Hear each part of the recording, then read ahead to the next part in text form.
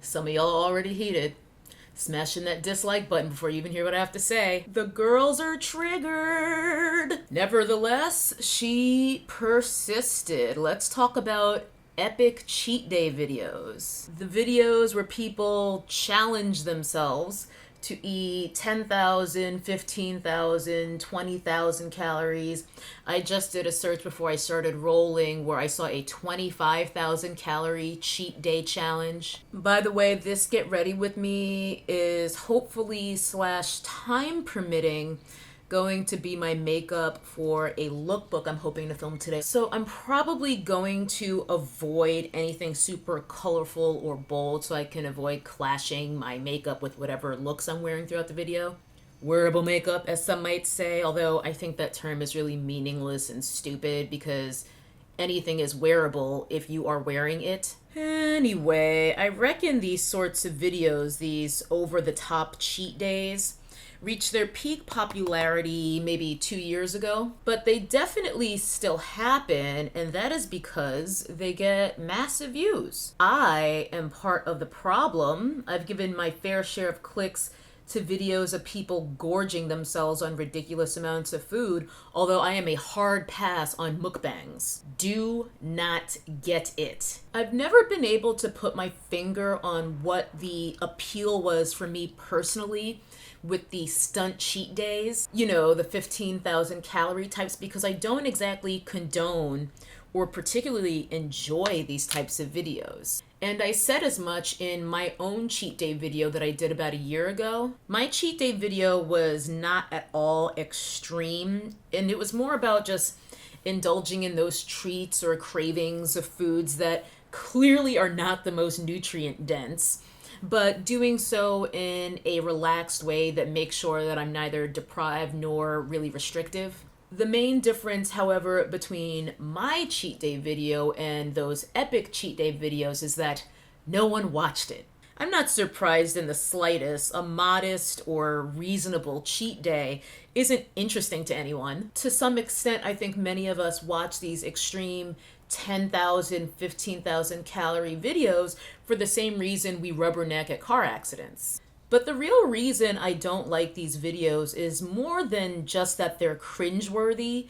It's because I think that in some very real ways, these videos are irresponsible. Perhaps the most obvious way that these videos are irresponsible is just in the way that they waste food. Many of us in YouTube land, whether we're making videos or just watching them, we're privileged enough to have food security. Food insecurity refers to when you don't know when, where, or how you're going to get your next meal. I'm privileged enough that I don't have to live with food insecurity, and I surmise that a lot of these people smashing 10,000 calories into their faces in one day haven't either. I realize that this is basically like when your mom would say, "There are starving children in Somalia," every time you didn't clean your plate at dinner. But considering that it's probably a fair argument to say that no one needs to eat 10 to 25,000 calories per day, it just seems more than a little tone deaf to film yourself eating that much just for views. It's the gastrointestinal equivalent of taking a blowtorch to a Birkin bag.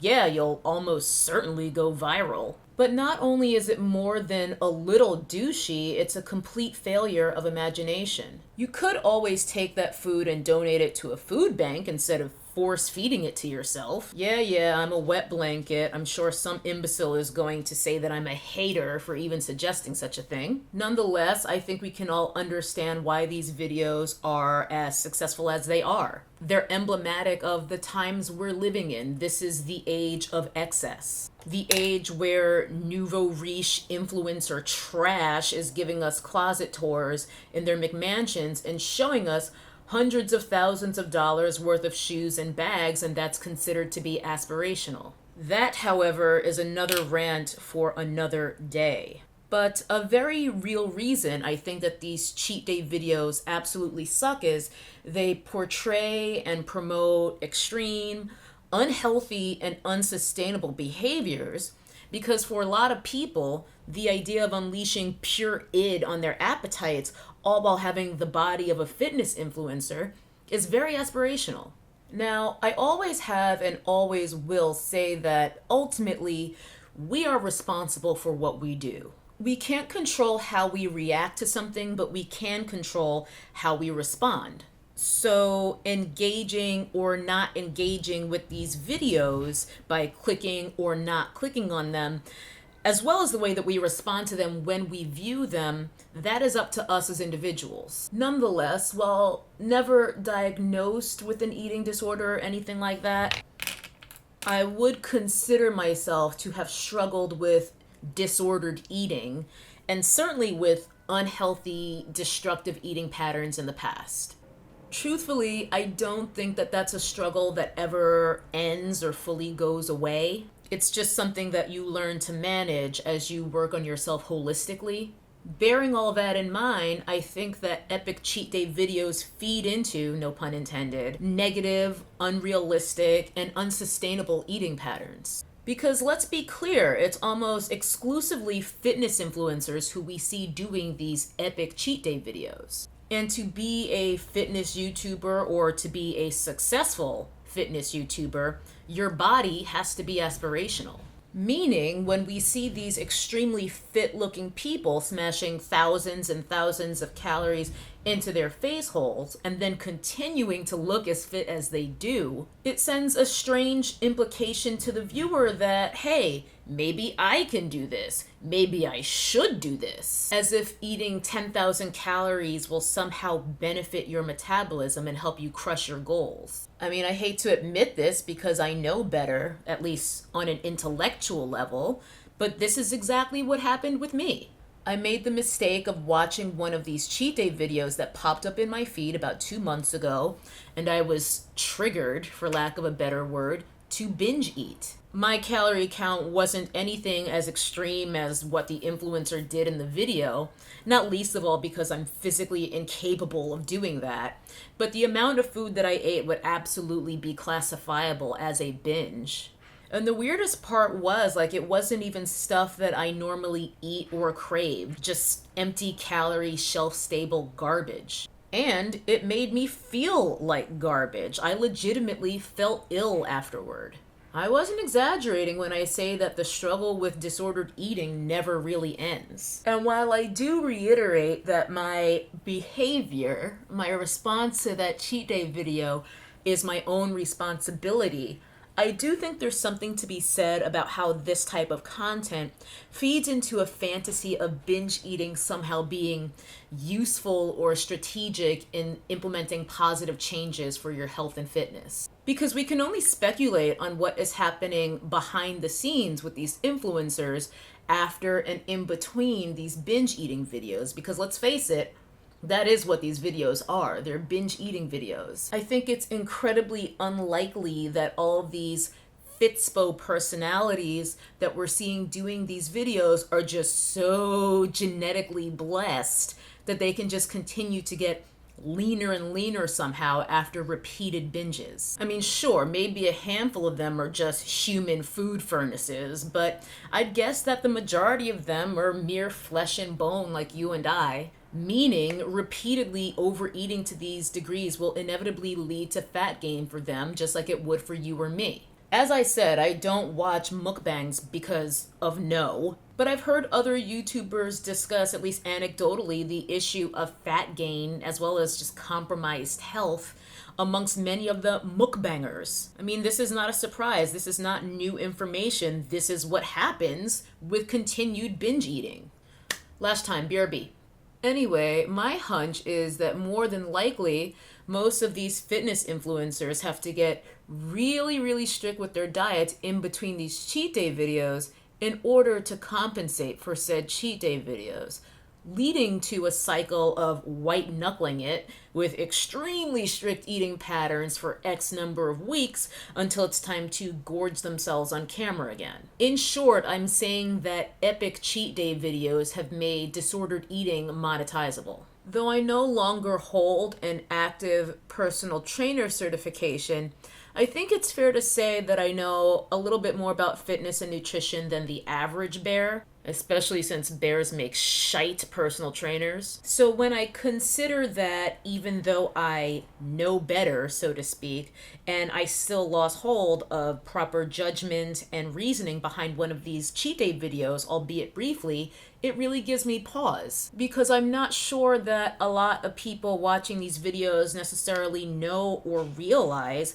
that there is arguably zero good that comes from eating 10,000 calories plus in one day, unless you're earning AdSense by doing so. I just find it extremely disconcerting to think that a lot of people may take these videos as almost prescriptive simply because they don't know any different. By the way, if you're wondering why I'm putting on the foundation with a Q-tip, I'm working off of this Pat McGrath foundation sample. If you watch my review, this is actually a different shade. The other one was a little red, so I'm trying out this one. This is number 23, and I just don't want to stick my fingernails in there because it's disgusting, so I'm using the Q-tip. Anyway, the fact that we are in an obesity epidemic as it is, so many of us are struggling with unhealthy body fat percentages and addiction-based eating behaviors already. To think that engaging in binge eating might somehow still be compatible with making the necessary changes to get healthy is selling people a dream. And it's a dream which is actually a nightmare, because it has the potential to exacerbate so many people's already existing struggles with overeating, disordered eating, making destructive food choices, and just prolonging these very harmful cycles, instead of encouraging people to transition into much more moderate, sustainable patterns. This has been on my mind for a long time, which is why I kind of touched on it, actually almost exactly a year ago, in the cheat day video that I did. At that time, I didn't have the courage, I guess, to talk about my thoughts the way that I do now, I guess because I thought I had something to lose by doing so.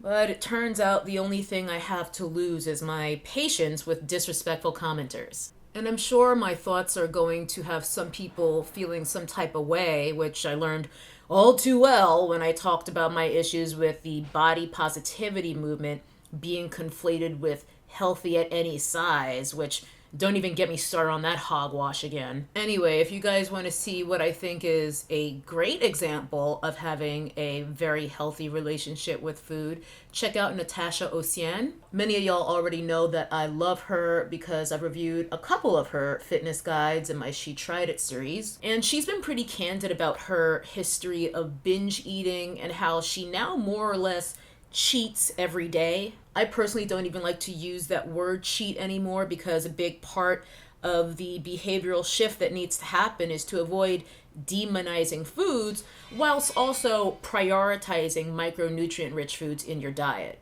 I will link Natasha's video below on how she overcame binge eating. I relate to Natacha a lot because I feel like my experience was somewhat similar to hers.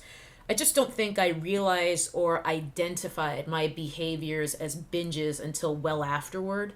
Ugh, why is my eye watering? I think it just took me a lot longer than Natasha to get to a point where I no longer obsess about food. You know, obsessing about what I'm going to eat next, what I'm going to eat after that, and so on and so on and so on, day in, day out. I think I'm liking this shade better on me in this Pat McGrath foundation. It's a lot more yellow. The other one was a lot more red. And generally, neutral foundations look best on me, even though I have yellow undertones. But at least this one doesn't really seem to be giving me like jaundice tease. Anyway, let me just tell you, even though I am definitely not cured or anything, the mental shift in my relationship with food today is a complete 180. Maybe I'll do a video talking more about that too. Let me know if you guys would be interested in that, because I do feel like I can pinpoint a lot of the specific changes that helped me get to where I am now. The binge 2 months ago was a sobering reminder of how far I've come in the past couple of years, because nowadays I pretty much just eat my food and I don't have to think about it much at all. The main thing is I just prioritize eating the best quality food that I can afford, including my treats, and the rest just kind of falls into place. Because this is what allowed me to break the addiction cycles to sugar and highly processed foods, so that I could actually start to crave the foods that are really nutrient dense, all while still indulging in treats as I like. Sometimes that means making things for myself at home, because I am way less likely to put a bunch of bullshit into the chicken strips or dessert or whatever it is when I'm making it, compared to a restaurant or some prepackaged shelf-stable crap from a store, or worst of all, from the drive-thru. I guess maybe I do still demonize some foods. On the other hand, McDonald's does not qualify as food, technically.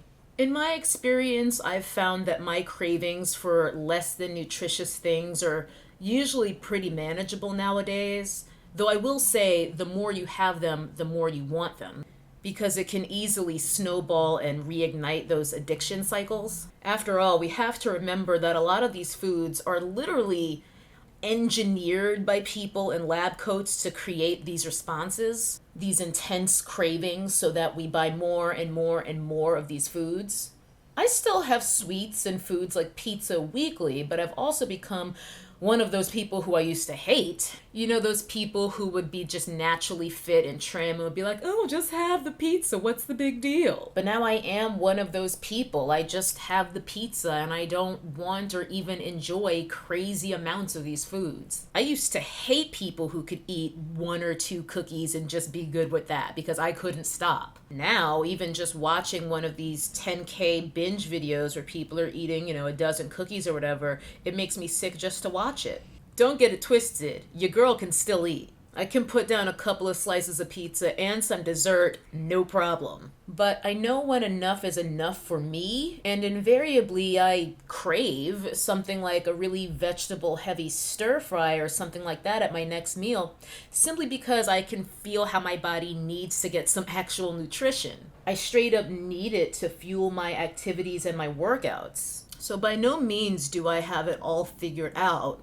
That's why I wanted to share my little binge relapse with you guys in the first place. It's what really drove me over the edge to even do this video. And I guess I just hope that maybe someone will see this and find it helpful, that someone might realize that while watching someone gorge himself or gorge herself on tens of thousands of calories might be a funny or fun video, it definitely has a high potential to send a very destructive message and should 100% be contraindicated for pretty much anyone. Despite the way they're often presented, epic cheat day videos are completely antithetical to body positivity, at least in my unsolicited opinion. Thank you for coming to my tea talk, aka Nobody Asked You Ho Volume 31. I'm gonna do my brows and some other finishing touches and I'll be right back. All right, I think we're pretty much done here. I'm just gonna do a little setting spray. Need all the help I can get on these sweltering summer days. And there we have it. I will, of course, list everything I used in the description box. But we are now at the point in the video where I transition to the awkward slow-mo shots. So here we go.